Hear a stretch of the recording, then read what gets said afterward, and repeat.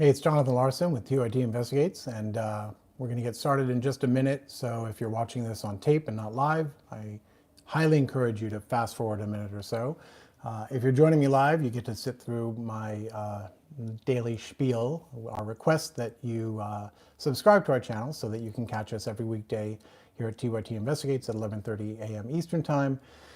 And get notifications. Sometimes they show up, courtesy of YouTube. Other times I'm told they do not show up. But if you are here every weekday at 11:30 a.m. Eastern Time, then you shouldn't have to worry about missing us. And of course, if you think that what we have to say here is worthwhile, I hope you'll share it. Sometimes we do commentary on stories that are in the news or we think should be in the news.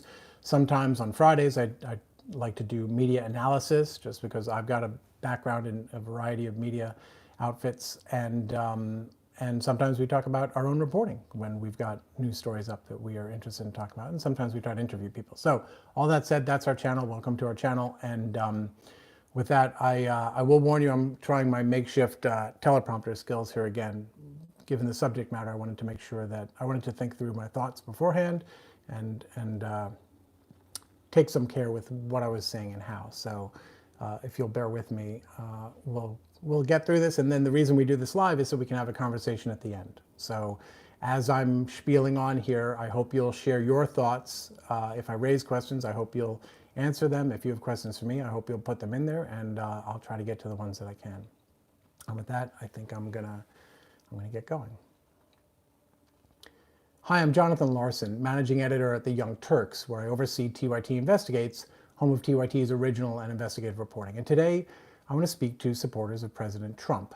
If you've seen that video of Trump wiping out a church full of his enemies, you may have noticed the Young Turks was in there, killing Joe Biden before getting stabbed by Trump. Other outlets in the video include places I've worked and where friends and former colleagues of mine still work. So it's personal to me, but my job as a journalist requires me to address this without letting that affect me. And I'm sure you've seen a lot of outrage from plenty of news outlets who are also in there, along with both Democrats and Republicans getting stabbed, shot, speared, and otherwise killed. And you're probably already saying, calm down, it's just a joke. Well, the reason it's not a joke to the media is that Trump himself has said more than once that journalists are enemies of him and the country. He's encouraged violence literally against people he doesn't like, people at his rallies, for instance. And journalists are getting targeted for real in this country, getting killed. So media are taking it seriously because they're concerned that one of you will take it seriously. So if you do think it's just a joke, it's not us you need to convince, it's your fellow Trump supporters who might not think it's a joke. And just saying it's a joke isn't enough. If you really want them to know it's a joke, you have an obligation to explain why you think it's funny, why it should not be taken seriously, and how you know it's a joke. It's pretty clearly intended as a joke, with goofy expressions and Trump performing over-the-top acts of which he's clearly not physically capable in real life. But it's the kind of joke that's told behind closed doors, shared among insiders, precisely because they know how it looks from the outside. It's the kind of joke you once could tell on the inside because the internet hadn't yet made it likely that your dumb little joke would make it outside. And how it looks from the outside is precisely why it's not funny, and it should not be taken seriously, because once it gets outside, once you share it, you don't know who's hearing it or how they're hearing it. So now, the same video that insiders could laugh off as a cartoon fantasy, knowing even they didn't believe it, looks like a call to arms, because you're willing to have everyone see it, including those who aren't in on the joke. So here's the problem you have. To convince your fellow Trump supporters it's a joke, you have to explain why media should not be targeted with violence. It's okay to say the media screw up. We make factual errors. We miss important stories. The corporate media voice much more subjective opinion against things like this that target them than they do against slow-moving, less obvious forces that target other people. But perfection in your job is not a prerequisite for doing your job in a fundamentally adversarial system. The press is supposed to be a pain in the butt for people in power. So if you want to defend this video as a joke, you need to state that part too, that the founders wanted an adversarial press, imperfect as it may be, to challenge presidents and other politicians. And if your Trump-loving friends still aren't convinced, remind them that while Trump calls journalists the enemy of the people, he also calls them on the phone to chat. He takes their questions anytime he's getting on a helicopter. The whole White House shares secrets with journalists every day of the week, including dirt about Trump. So if this video is funny to them, it's precisely because they know that what it shows is wrong.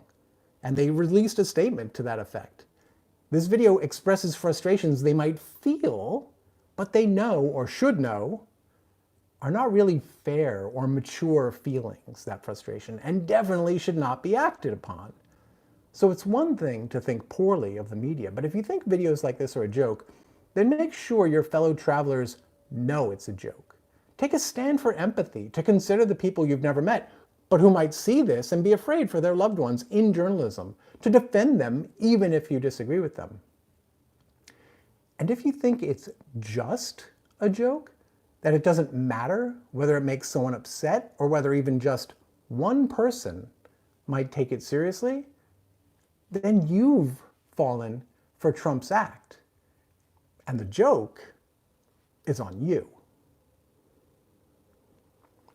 And I'm going to try and switch over now and see if we've got you folks on the live chat so that I can see what you have to say.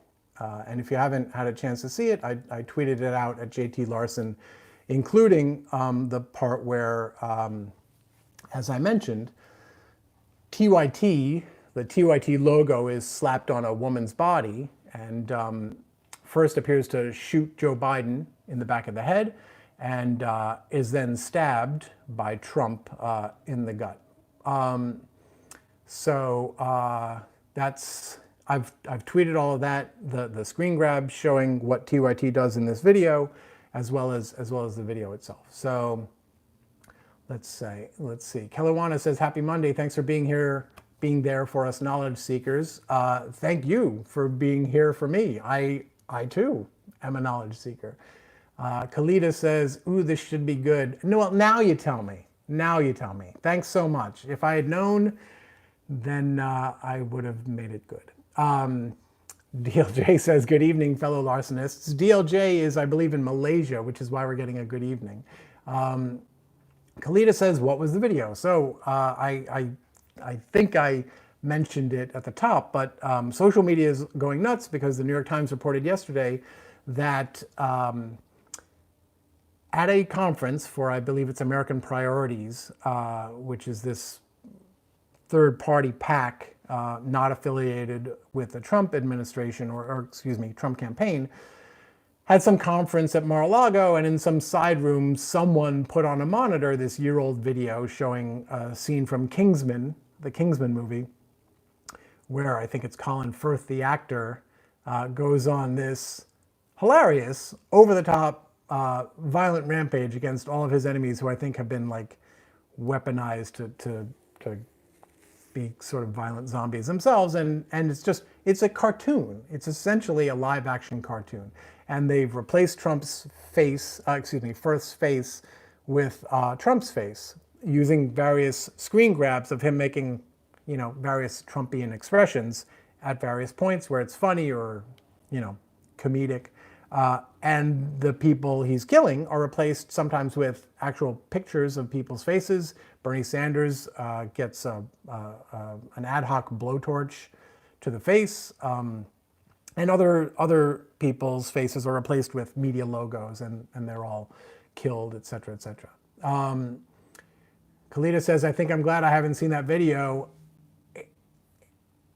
It's a weird experience seeing the video because it's clearly wrong, but the infantile little boy in me recognizes the things that can be seen as funny in it, right? If you can quarantine empathy for all journalists and anyone who cares about journalists, which of course is what happens, right? That's the danger of dehumanizing language, is that we can build those walls and shut off all empathy for anyone, and only take the unalloyed pleasure in the still cartoonish, not meant to be real, violence, right? I think it's not that unusual for young men to engage in violent fantasy. That's probably a natural, I wouldn't say healthy, but it's probably a natural way of grappling with the emergence of your own power as an agent of autonomy in the world, but also your recognition of where other power lies. So, I don't think that's on its own so unusual, and it can be turned to comedic purposes. It can be channeled. It can be safely safety valved into stupid cartoon violence. Once you put real people in there, people who are the subject of actual real death threats, and not just threats, but people have acted on it, right? There was that guy who sent the bombs, right, to actual media people, actual politicians. So Eve Gussman says, I don't know anyone who supports Trump. Most folks I know don't follow politics. So that's kind of fascinating. I do know people who support Trump, and I definitely know people who don't follow politics. But I think we need like a catchy little phrase about this something like, you may not follow politics, but politics follows you. Meaning, it doesn't matter whether you pay attention to the politics around you, they're still going to happen and they're going to shape your life. When you say you don't follow politics, what you're saying is, I'm not engaged in the process that determines what life will be like for myself and the people I care about. Karinola, I just had it, and says, remember what our favorite Iranian American entertainer said on the TYT main show last week? I've lost my faith in karma. How is that orange danger to democracy still there after all this? I've never believed in karma. I actually tend to think that karma is deranged. And if anyone actually thought about what real karma would entail, the idea that every action is judged and evaluated, and then a Newtonian counter-reaction is engineered into the universe as a response, that what kind of bizarre, that's beyond any dystopia, any sort of political dystopia. William White says, it doesn't matter if you're offended or upset. Well, it does matter, William. It may not. Here's the thing. When you say something matters, you're always leaving something out of that phrase, right? Things only matter to other people, right? Or to some process or what have you. Things only matter to, right? So when you say it doesn't matter if I am offended or upset, or maybe you mean someone else, really what you're saying is it doesn't matter to you, in which case the sort of category of statement that is you saying you don't care about the person you're talking about. And I think on some level we all recognize that even if we don't feel the feeling of caring, we know intellectually I'm supposed to care about other people. So if you genuinely don't care about other people, then maybe say that.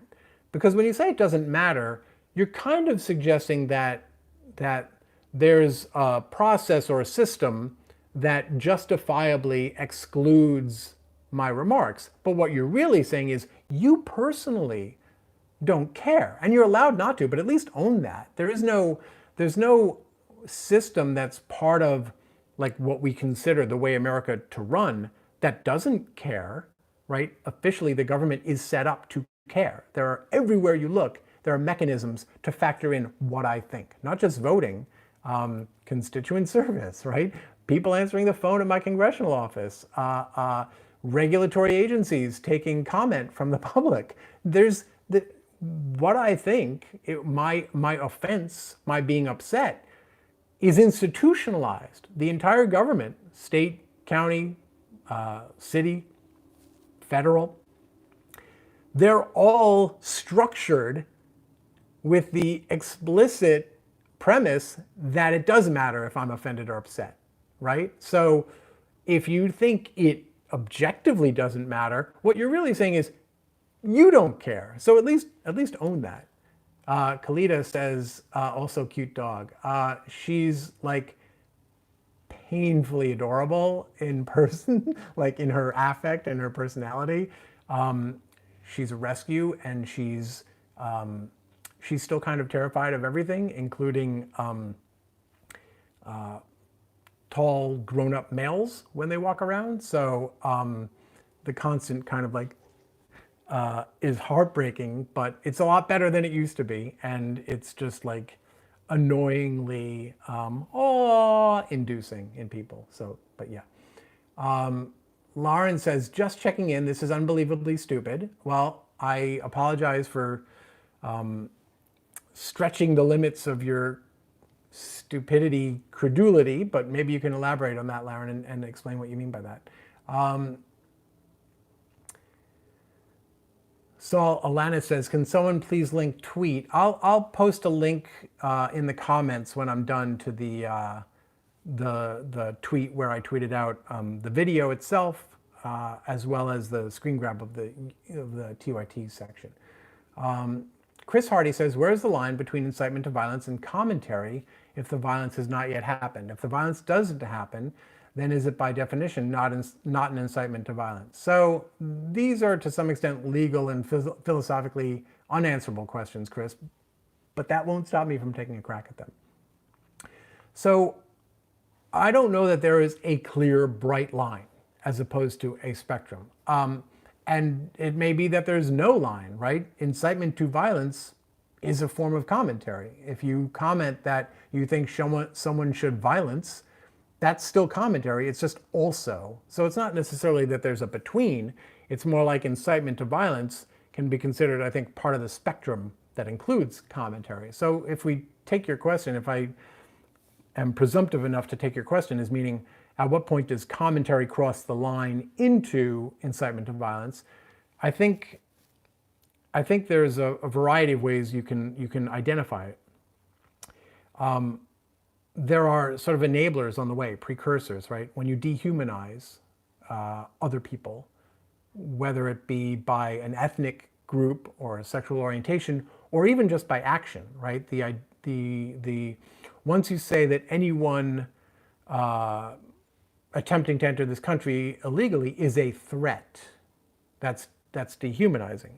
You're taking away whatever reasons they might have. You're doing the opposite of what our courts of law are established precisely to do, which is to determine what's your reason, why did you do this, before rendering a judgment. The other thing, and I've talked about this maybe in a commentary before, is that when you characterize, hyperbolically or not, certain actions as being a threat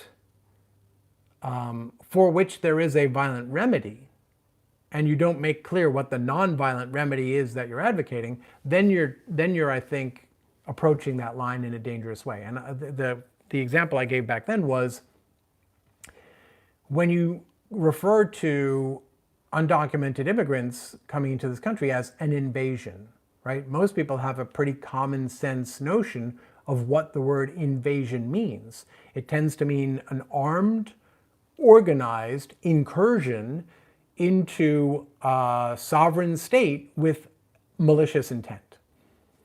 And it would not be a foreign concept to the founding fathers for individual private citizens to meet the threat of invasion, as we just enumerated, with individual or perhaps militia armed force. So when you characterize a problem in terms that other people recognize as having violent remedies, individual violent remedies, then you are if you're not in the territory of incitement to violence, you've bought your ticket and packed your bags. Mr. Elder says, I only heard about that video a few minutes ago. Yeah, I think the story came out last night. And here's a point I wanted to make, which I did not include in the scripted comments at the top, which was there's something very telling in the New York Times article. It's actually not in the New York Times article, it's just under the New York Times article. And what it says is, and I think the Times does this for every piece, it tells you where it appears in the New York Times print edition. And in this case, it was, if memory serves, on page 19. So we're seeing social media, this is something I've talked about before, where social media goes nuts over something, and essentially that thing becomes the front page of social media. Why? Because it's unmediated. Social media is unmediated. It's the aggregate of instinctive reaction as opposed to a reflection of a studied professional reaction. If you apply a studied professional reaction to this video and what it means, page 19 is actually about right. It's only once it goes nuts on Twitter that now it becomes a bigger story and potentially draws exactly the kind of eyeballs that people were worried about it getting. And the fact that if media are talking about this as not being a joke, like this is serious, we have to treat this as a serious thing, like the people who edited this are calling for Wolf Blitzer to die or whatever it might be, that's potentially a problem as well, suggesting that this is their intent, which suggests at least a small community of people who share that intent. And it makes it seem to people hearing that message, oh, that's what they wanted me to think. I got it right. It seems to me it's much safer and more responsible to say, this is clearly a joke. And if I can fly my comic book geek flag a little bit, it's literally based on a comic book. And the comic book is by a writer, Mark Millar, who's made a career out of writing clearly over the top, horrific, just psychologically disturbing violence and interpersonal dynamics and all kinds of horrible things. And he's clearly doing it in a cheeky is the wrong word, but he's Scottish, so I'm kind of tempted. But it's clearly meant to be over the top. It's not meant to, in any way, shape, or form, to be a call to arms. Elke says, Jonathan, you're on TV. I'm assuming you're referring to this right now, as opposed to, I hope you're not saying that I'm on TV somewhere else, because that would be a little scary. But yes, if you mean here, I am, Elke, and thank you very much for joining us again. Caranola says, Trump and his supporters make me so mad. I wish I were the doggy over there in the corner, sleeping in total trust, security, and comfort. I promise you, so I have these little bottles that I drink. If I were to like crack this, she would jump up and run away. The poor thing never gets total trust, security, and comfort. We're gonna do a test now. Okay, maybe not. Okay, usually even the slightest kind of thing, and she's up and running. Eve Gussman says, Indigenous Peoples Day, y'all. This is true. I probably should have noted that earlier. It's Indigenous Peoples Day. And the other thing I should have noted probably, although I didn't sort of have time to figure out how to work it in, is that while the media are going nuts over this video, because they understand the threat it represents to them in a visceral, directly proximal way, the shooting of that black woman in her home by police in Texas, just killed in her home because a neighbor called police and said, I'm not even sure it was police, called some sort of emergency service and said, hey, could someone check on her? Her door is open. They checked by shooting the woman dead. So if one of the problems with journalism is that it doesn't ascribe the same sort of immediate subjectivity to incidents like that it does to threats against itself. And that, I think, is part of the problem of why media suffer in the public eye right now, is because I think people, whether they consciously understand it or not, they see that TV anchors get dramatically upset, like subjective. They're not objective anymore when they say this video is bad. That's a subjective opinion by definition. When you say something's bad, that's a subjective opinion. They don't say it's bad to cut food stamps. They don't say it's bad to militarize police, to infect our society with fear, to fail to address systemic racism.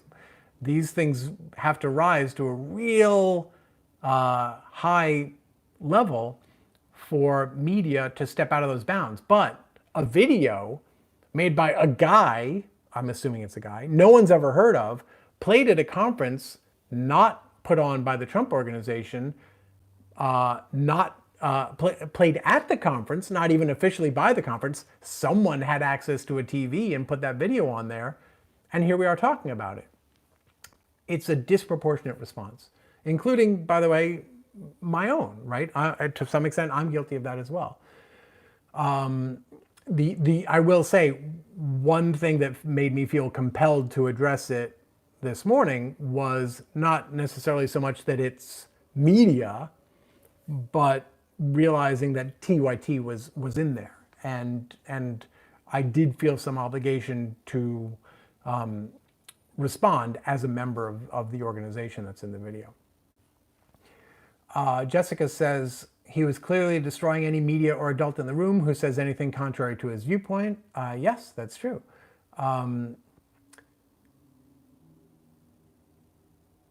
Let's see. X-Force is back. X-Force, I'm so happy to see you. X-Force and I had a minor difference of opinion.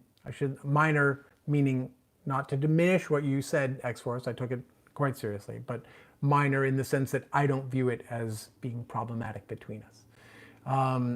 Let's see. Laura Simpson says, I've always seen Trump as a non-human since the 1980s, but I never, even in the secret recesses of my mind, wanted him dead. I stupidly thought back then that a person like him would never matter. So Laura, I certainly wouldn't want to judge how a woman sees Donald Trump, but I do think it's important for us to be aware that when we see anyone as a non-human, then that makes it okay to see some humans as non-humans.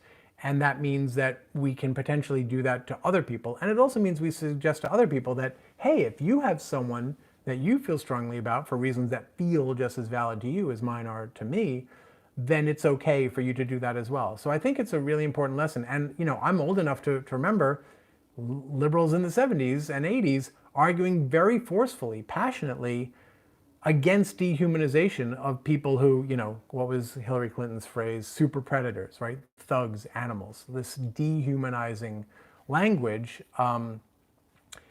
Hitler was a human being. We have to stop seeing human being as a compliment. It's not a compliment, it's a biological designation. So we need to be able to recognize, here's the real danger, I think.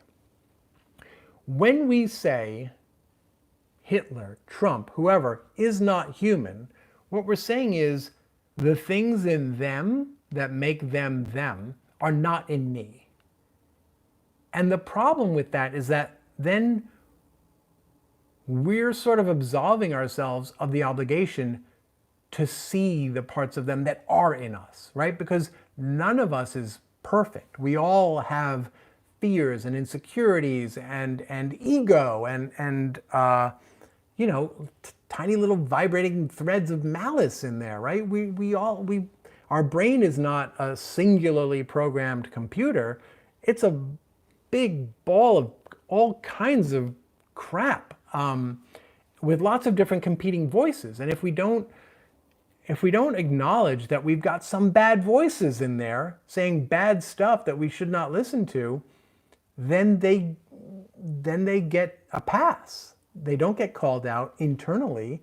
They don't get blocked. They don't get challenged. And in theory, they start driving the bus. I know I've got a million metaphors going on there. Work with me, people. Rocky Mountain Progressive says, I didn't follow it till Bernie showed up in 2015, so I'm missing some of the conversation there. Sorry. Let's see. Caranola says, "Aw, she's a rescue too, like Matt's dog and my bird. My bird is nervous too. He was abused by his first owner 22 years ago. He's 24 now, very calm during that typhoon last Saturday." Oh, that's right. You had the typhoon. I hope, I trust you're well. You seem to have internet connectivity, and I'm assuming your bird is fine, so I'm happy to hear that. Milo Walden says, "This from the people that think mass shootings are caused by video games." So here's my take on that whole thing. And, you know, I got very pissed off in the 90s at Tipper Gore for going after rap music or whatever. Not that, I don't want to shock you, but not that I was like a huge aficionado of rap music or anything. But I had a real problem with the way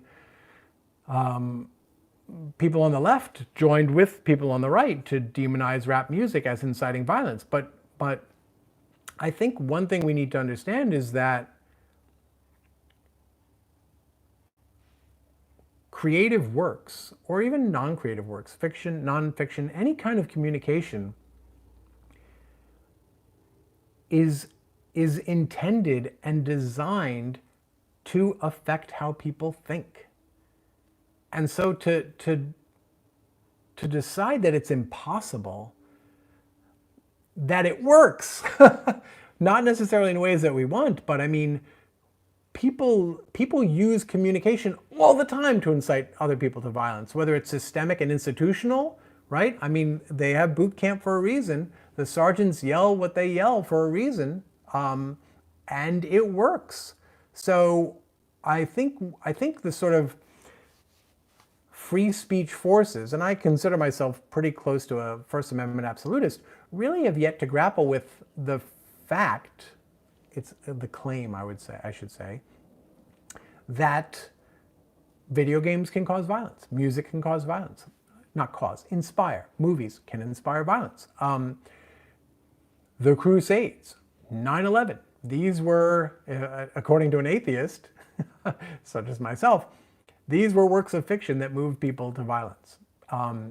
So the idea that the Bible can inspire Christian nationalist, white supremacist violence today, and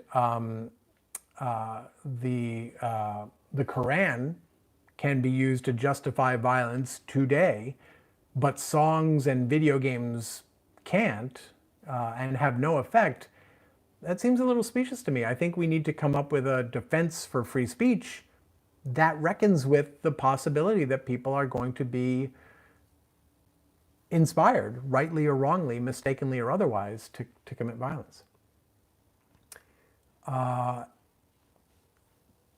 Caranola says, "Yeah, Jonathan." I'm not sure if that's a "yeah, Jonathan" or a "yay, Jonathan." But either way, what the hell, Caranola says, what the hell happened to slander charges in our country? How do all these specimens get away like orange Teflon? So I'm not sure that what's in the video qualifies as slander. I would say, if anything, it's pretty clearly protected political speech. It's not advocating violence so much as it is depicting a cartoon of violence. That's how I would look at it.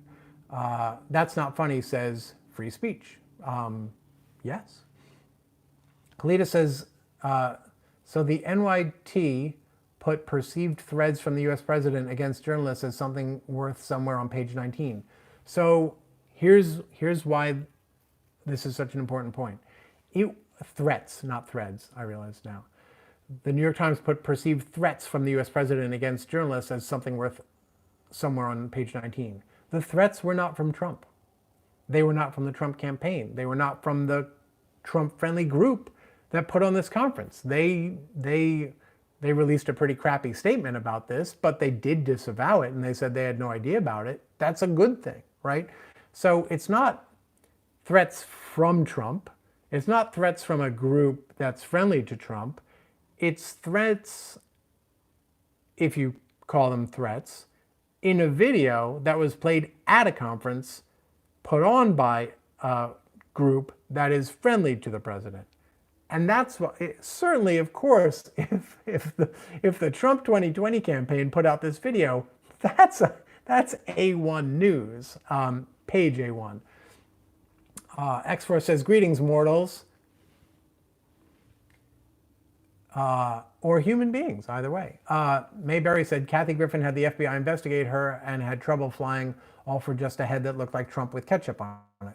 Yeah, she did. And look, I'm certainly not saying that the people behind this shouldn't be investigated. That seems like there are, President Obama, I believe, is killed in the video. And by the way, this group or people or whatever it is, they've created multiple videos like this. They're all movie spoofs, basically. Punisher, Captain America, the Avengers. They've all had like these cool fight scenes with faces edited on top of them, but they're cartoonish. But there's depictions of violence against sitting politicians, against public figures. So I think at a minimum that's worth a knock on the door. Not to intimidate, but to determine what exactly is going on here. William Marter says, good morning, everyone. So now are we ready to organize a national stay-at-home strike yet? Well, I work at home, so I guess that means I'm already out in front of you all. X-Force says, YouTube, I don't know what's going on, but I click the thumbs up, it turns blue, the number increases, and then it turns gray, and the like is removed. Second video today. Well, I would turn to William Marter, and William, I would ask that you could explain how the Jesuits and the Illuminati are doing this, and I hope we get that worked out either way. But X-Force, keep hitting that like on those TYT Investigates videos until they stick. Larry 5200 says, who cares? Democrats are threatening white genocide. So when you say who cares, the answer is someone, Larry. And if you're feeling that white people are being threatened, I care about that. I don't want you to feel that way. I don't think it's true. But I also don't want you to feel like that because you're a human being and that would be distressful. And also because that will shape how you act. And I think that's bad information that you've got. And I don't want you acting on bad information because that affects the political process, which affects all of us. And a lot of people out there are going to vote, not just for Trump, but for other people because of this perceived notion of a threatened white genocide. Well, who in power is actually saying, let's have a white genocide? I'd be curious to see that plan and what form it takes and how they envision carrying it out. Let's see. Kalidas says, she's awake at least, but those experiments help her show nothing bad is happening while doing that. I feel like I'm coming in the middle of that conversation, so I apologize for that. X-Force says, also, Cenk just put up a live video and now it's gone. I'll have to take a look because I was under the impression that Cenk was going to release a statement about it. Larry 5200 says, whenever in history have we seen 90% of the media stop reporting the news and work to remove a president? Well, I think Richard Nixon would probably have an answer for you on that one, right? That was the same claim that was made in the 70s by the Nixon White House. But I would guess Bill Clinton would be pretty sympathetic to what you're saying as well. When there are active investigations, including impeachment inquiries into the president, yeah, the media are going to go nuts on it. And Larry, what I would suggest to you is if you think it's one-sided, then you might want to spearhead a return to the fairness doctrine, which President Reagan got rid of, which obliged the media to offer equal time to opposing arguments.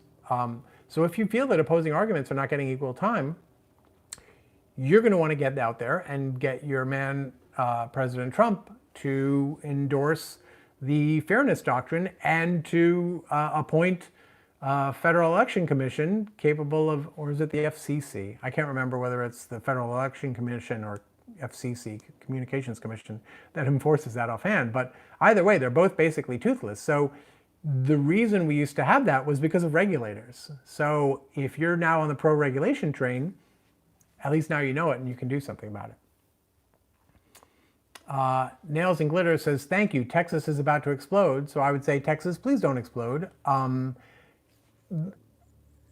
I can't tell you why not to explode, but at a minimum, I don't want people to get hurt. But I also understand the need to fight back is the wrong word because it implies violence, but to do something to prevent innocent people from getting hurt in the future. So, I think we have models for what nonviolent resistance looks like, and I hope that's the path we take rather than explosion, which suggests violence to me. X-Force says, am I allowed to post links here? It's okay with me. I don't know if technically you can, but the thing is the live chat doesn't always survive after the chat, so I would say put it in the comments and it should stay there. And if it doesn't stay there, when I review, some of them get flagged and caught and siloed, and I have to review them, and assuming it's not to Pornhub, I will certainly be happy to approve it, and I'll be grateful for you for posting it, X-Force. Mayberry says, in this so-called free country, we can't even be up with the door cracked after a certain time, WTF. Well,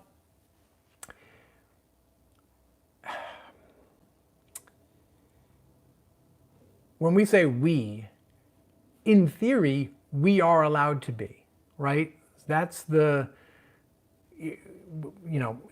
we're not ever 100% uniformly, universally free. There are always going to be limitations in principle, but also in execution. Sorry for the choice of words. But the idea is that we are supposed to be with the door cracked. And I go back to this quote a lot, the price of freedom is eternal vigilance. This is the kind of thing we have to be vigilant against, but also the things that got us here. Fear-mongering, not just after 9/11, but certainly after 9/11. The militarization of police, the idea that we have to have zero tolerance for anything that might be a public safety threat. Like, that's never been how any free society has worked for a sustained period of time. A free society recognizes things are going to happen, and it's not the job of the government to do everything possible to ensure that nothing physically bad ever happens to anyone or their property. Kalidas says, there was a journalist in my country that stopped someone from being hit, and he got dunked on because he was interrupting news. That statement is actually also dehumanizing journalists. Uh-oh, Mr. Elder says Mr. Majority Report is on, so I guess we're going to lose all you Sam Cedar fans. Tell Sam I said hello. Karen Ola says, I'm halfway scared to see this gross video. WTF has gotten into folks, allowing this to go wide. So if you've seen the movie Kingsman, you've already seen the video. And to my mind, it's like, maybe because I'm a Quentin Tarantino fan, but I recognize the theme of lack of seriousness in this. And even the pictures of Trump's face that are put on it, the goofy expressions that they've chosen. It's not a serious, like, snuff film kind of thing. It's something that would physically not be possible, and just cartoonish situations and cartoonish physicality. So maybe that's my fault that I'm not so attuned to the empathy not required, but the empathy for people who are being targeted, which, by the way, technically include me. But I'm trying to separate out my role as a journalist whose organization is targeted in this video and just process it as someone who watched that movie and enjoyed it and recognized it when I saw it as cartoonish, over-the-top violence, with the purpose, intentionally being over-the-top violence. So maybe it's because I've seen the movie, but I feel like I recognize it for what it is. X-Force informs me that I have, apparently there's some option in the settings that I have not enabled to allow people to post links. So I will do that, but again, I will say they're going to disappear if the live chat disappears, so put them in the comments box anyway. Kalita points out that I said in theory. Yep, absolutely, no dispute. William Marter says, Jenk did release a video. I'll have to go check out what the boss has to say. Calling for a national strike. I'm sorry, William is calling for a national strike. Kalita points out it helped Ecuador and Puerto Rico. James Harris says, I'm off to Majority Report. Still think you're awesome, Jonathan. Thank you very much, sir. Loved your essay today. Thank you again. Can't wait to share it to my wall. Well, share your wall with us in the comments. Post a link. Tagera Terra says, a national strike may show uneasy minorities just how many whites support the American ideals we all love so much. Well, I would say that's a really good point, but I would also suggest then that it shouldn't be a stay at home. It should be a fill the streets kind of thing. If you really want people to see it and to get the cameras on it, which that's so important as well. Leonardo DiCaprio, hey Leo, good to see you again. Says, I know this is random, but my question is, what did you think of the NBA versus China situation? So, obviously it's prima facie horrific and sad and terrible that an American corporation, I don't know if they're technically a corporation, but come on, is punishing people for standing up for pro-democracy protesters. That's horrific. But in some ways, I think we created this beast in that we have now, and when I say we, I mean everyone, but certainly the left. I'm not sure I get to be included in the left or not, but the left, I think, has certainly looked to corporations in the past to enforce morals. You shouldn't employ this person because they said that. You shouldn't employ that person because they did that.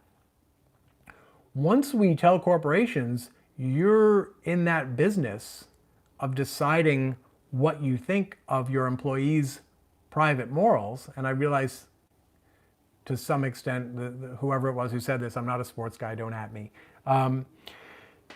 They're not a private individual in that sense, or voicing this opinion in a private forum. But even so, we've basically told corporations, if anyone tweets something I don't like, fire them. And that's giving an already too powerful sector of the world more power, too much power. Let's see. Sam took the day off to celebrate the murdering genocidal Christopher Columbus. Welcome back. and I guess thank you, Christopher Columbus, for the viewers. And welcome to all my Sam Cedar fans joining us today. X-Force is pointing out some comments from people, which I'll have to look. They're not showing up in my feed, so I'll have to take a look after the fact, assuming I can. Sherry Addis says, there will always be racists. They are the real minority. They should be ostracized, not given a platform. I certainly think that's true. And I also think ignored is an appropriate response as well, but certainly deplatformed. But the trick is, I think where the left gets into an internal dispute is in trying to figure out the most effective way of preventing that contagion from spreading to people who don't already think that way, or who are otherwise of good faith, but can become radicalized in that way. And there's different schools of thoughts and schools of thought. And I don't know that there's an easy definition of the right way. There's, this notion of just entirely extinguishing a person from any kind of social construct or system. Just you're entirely, I don't want to use the phrase cancel because I don't know technically what that entails, but it's of a kind with that, this notion that you're just entirely erased from human existence. And I don't know, maybe that is the best way to do it. I tend to think that you risk keeping people in the quarters of racism if you don't allow for at least one narrow path back. But I don't know. Leonardo DiCaprio says, is Sam Cedar a progressive? I sometimes question his thinking. As far as I'm aware, Sam Cedar is pretty progressive, but I should also confess, I am not an expert on, nor do I sort of track the shifting definitions for left, progressive, Democrat, liberal. I just don't. All right, you guys are heading out. X-Force says Sam's definitely a progressive. There you go. Rocky Mountain progressive. Is Rocky Mountain progressive really a progressive? Says Sam and Michael Brooks are the best. With Kyle Kalinske would be a dream team. Yeah, they're all great at what they do. Kalidas says, again being ignored. Wait, you? Am I ignoring you, Kalida? I hope not. I apologize if so.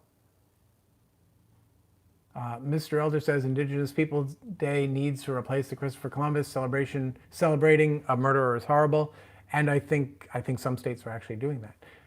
Kalida says corporations are part of society. You can't exclude them from morality. I'm not saying we shouldn't ask them to be moral. I just don't think that should be the mechanism we turn to or empower to enforce morality. Tigera Terra 69 says, these people have so much money that they have time to sit around and think of ways to become Caesar. Et tu, Brute, makes me yearn for the hunter-gatherer days. Okay. Leonardo DiCaprio says, Anna should be on your live stream. That would be a dream team. You mean me and Anna? That would be fun. Anna's interviewed me. I enjoyed it a lot. Maybe I should invite her on. The thing is, I don't have the capability to do a two-way with a live stream. So, yeah, Leah Campbell. Hello, Leah. I don't think I've seen your name before, so welcome. Says, in Vermont, it's Indigenous Peoples Day. So that goes to my point that it's already starting to happen in some states and in some localities, municipalities. So X-Force says, what are you investigating? TYT investigates. So I'm actually kind of researching 3 separate things, and I'm also, I think I'm kind of winding down on the Buttigieg stuff that I've been doing for most of this year now, I think. If only because we reported last month on what's actually in those police tapes that have been secret since 2012. So there may be some kind of like, sort of ancillary stories that come out of that, but I think we've pretty much dug up what there is to dig up. I'm not saying there's nothing else out there that's worth looking into. I've certainly heard from people in South Bend who, want other things to be addressed. It's more that none of them sort of rise to the same level of national interest as the tapes, so it doesn't seem to make a lot of sense to me to continue to pursue smaller ones without a more obvious or compelling reason. Again, they're utterly valid issues, but also my hope, frankly, is that some of the local media are going to start picking up some of these things, maybe in a way that they haven't before. So that's the answer there. Mr. Elder says, as soon as this is over, I guess I'll head to the Majority Report. I don't like Majority Report all that much without Sam doing the show. So now I'm curious about who's doing the show. But I'm not going to get in there because I'm sure whoever is doing it is exactly 100% perfectly equal with Sam. Karen Ola says, Trump really thinks he can't be stopped at this point. And then does Jenk's line, tick, tick, tick, tick. Maybe I should start coming up with catchphrases. Jenk's so good at that. Of course, I should have a catchphrase. That's my Jenk impression. So as to whether or not Trump really thinks he can't be stopped at this point, I don't know. I think it's tempting to forget how vulnerable people in these positions can feel, especially if they've felt like victims to themselves all their lives, right? They can feel like they're powerful, but also feel like they're victimized. Whenever Trump speaks, we hear constantly about the wrongs that have been done to him, which means that in his world, there are a lot of things he can't control. And so he probably feels like he's a victim a lot. And I'm guessing that he doesn't feel that he can't be stopped. I'm guessing to feel like you're a real victim means that other people have real power over you. So I don't know whether that makes him safer or more dangerous, but there you go. Just Love is Louder says, Majority Report isn't live at all today. All they're doing is airing a couple taped interviews. Nobody's in the studio. Let history recall that on this day, TYTI Daily picked up hordes of viewers from Majority Report. Thank you, Sam. Thank you, Majority Report team. Kalidas says everyone is an animal. That's correct. That is factually correct. And people are human beings. Kalidas says we just believe we are above them, but we are not. Meaning other people. I think that's right. Let's see. Sherry Addis says, "Hold on, I don't believe I am above anyone." That's great, and I should confess, I'm sure there are times when I do think I'm above other people, whatever that might mean. But I think part of that, there's a commentator who I used to put on the air who I like a lot named Jay Smooth, and he talks about a lot about rather than judging people, we judge their actions. And I think that's a really useful construction to observe and to utilize going forward. And that helps you avoid, I think, thinking you're above someone. Let's see. Reptile Z says, not all people are human beings. So Reptile Z, that's what the definition is. I don't know if you caught it earlier, but I was saying that human being is not a compliment, right? It's like when you hear people talking about, he's so unchristian. Well, wait a minute. When did unchristian become an insult? Human being is not a compliment. It's just a statement of fact, just like Christian is. You're a Christian means you have a certain religious belief or identify with a certain denomination. Doesn't mean you're a good person. And being human being doesn't mean you're a good person. Being a person doesn't mean you're a good person, or else we wouldn't need the phrase good person. So I already talked earlier about how dehumanization has a lot of dangers other than the immediate obvious one, but the important one for ourselves is to recognize that human beings are not pure good. They are a mix of competing impulses and psychology is such a young science, right? We don't know anything about the brain works, about how the brain works virtually, in terms of how decision making works and emotions and what the connection is there, if any, or if there is even a real difference. 100 years ago, what was the state of psychology as a science? We have no idea what the hell we're doing or talking about. So when we say they're not a human being, we're presupposing the existence of, Gandhi wrapped up with, now I'm blanking on the guy who cured polio, but Linus Pauling, was that it? We're imagining the best of humanity as opposed to humanity, right?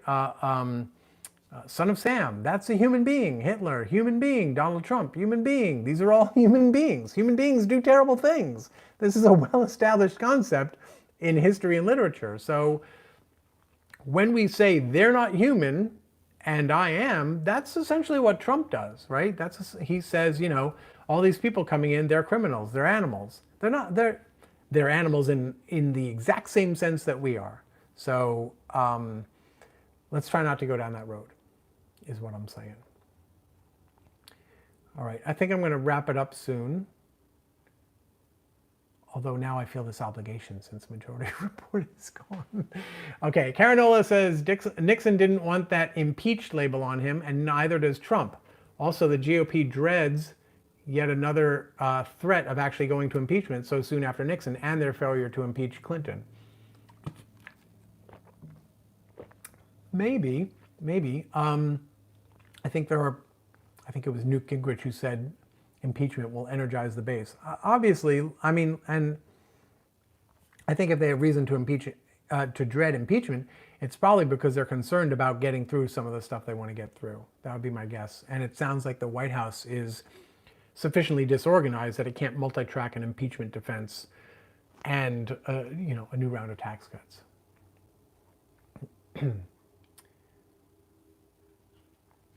Nails and Glitter says, I'm black in America, let's not compare. See, I'm supposed to get to work, but I'm interested. I'm not sure what the first part of that means. When you say let's not compare, I'm not catching the reference, I'm afraid, to what you're comparing to. But when you say, see, I'm supposed to get to work, but I'm interested, now what I'm hoping you're saying is that I'm making you late for work, which I kind of love. Like the idea that you're sticking around to the point of being late for work, that's hugely flattering, and I take that as a compliment. So thank you for that. But I'll also say, please get to work. Self-care, right? I'm blanking now, but we had someone the other night who was saying it's 1:30 and I'm not going to sleep because they were watching in Tokyo, and I was like, please go to sleep. Like, right? How do I end these every day? Take care of each other, take care of yourselves. So take care of yourself. We'll be here on tape after you're done. Just Love is Louder points out, well, Clinton was impeached. That is correct. Francis Wolf, I just had you and then I lost you. Francis Wolf says, thanks. Looks like you're responding to something previous. Says, thanks. We elected a progressive mayor that way. We expect 2 million voters, new voters. Hooray. I'm not sure what you're talking about, but that's interesting. X-Force. Okay, this is what X-Force and I were quarreling about last time. A little bit, not quarreling, is overstating it.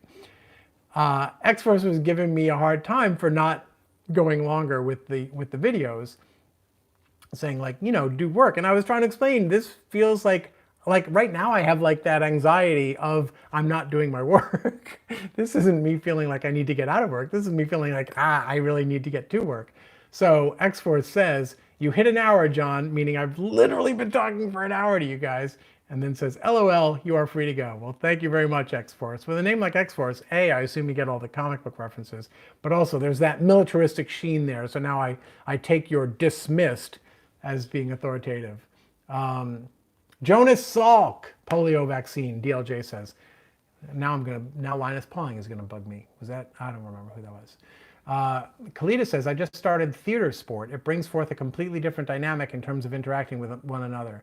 I took one acting course in college and loved it, and it was like a mind blower. So I'm kind of fascinated by that, Kalida, and I really do think it's true that acting specifically, but I would guess broadly, like music and all kinds of different artistic endeavors and education really do unlock like, you know, little interesting corners of the brain or functionalities that then snake themselves around and start applying the way you think about other things and see other things in a way that you never would have predicted or might not even recognize are true. But I love that stuff. Like I said, psychology, no idea what they're doing. No idea what the hell's going on up here. We're just getting started.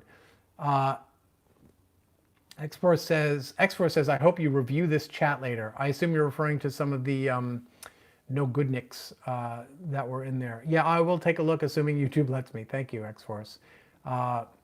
James Stark says, Donald Trump has divided the race of this land. I'm not sure what that means exactly. And I would also say that while Donald Trump has certainly been divisive, he didn't invent this stuff. Ryan Leva says, where's the video, fool? I will link it in the comments, unless someone else wants to in the moment. But I did say I will drop that link in the comments. Okay, let's see. Kalidas says, theater sport, we're explaining theater sport now, says, theater sport is about working together and learning to anticipate and react to what other people do. You can fall smiling. Interesting. Okay. Yeah, I did this one acting exercise where we sat down, literally my back was to the other kid in class, and I had to like do my monologue so that he would hear it and feel it, but I wasn't allowed to see him or watch his reactions or anything like that. Like I said, it was fascinating to have those kinds of muscles made limber, at least for a time, in a way that let me work them on other things. Sherry Addis says, I really love the way this group runs from topic to topic. I do too, and I'm glad you pointed that out. And when I say I do too, I mean you folks. And I do try to, I guess on some subconscious level, I will admit there are some detours that I don't take and others that I do. So I hope I'm honoring the spirit of the conversation in doing so. It doesn't necessarily mean that I want to duck a topic. It's more about me, I think, thinking about where's the conversation going and do I have anything of interest or meaningful to say, to contribute that has some connective tissue to where we've been or where we might go. So if you feel like I'm ducking you, just head over to the comments, drop something in there, and I certainly do review the comments afterwards to see if anyone's got lingering issues with something I said. Maybe I misspoke and said something horrible or stupid, so I want to rectify or undo that as quickly as I can, and so forth, and so on and so forth. And on that note, I'm going to thank you guys for participating. And since X-Force said I could go, I'm going to go. And I have to check that other chat to see if, I think it was Fridays, where I put out the challenge. If people actually want to do a marathon, see how long I can go with this. We just need to pick a time when people, including me, are actually free to just go nuts and keep going. So if you have any thoughts on that, put it in the comments here or last Fridays.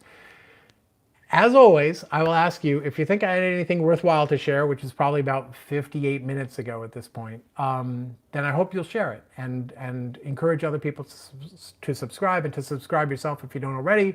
It means that you're notified when we've got new content up. Which, by the way, does, I promise, include original reporting when we do it, myself and senior investigative reporter Ken Klippenstein. You can also find us anytime on Twitter. I'm at JT Larsen, JT-Larsen. I hope you'll follow me there, and certainly happy to continue any conversation you want over there as well.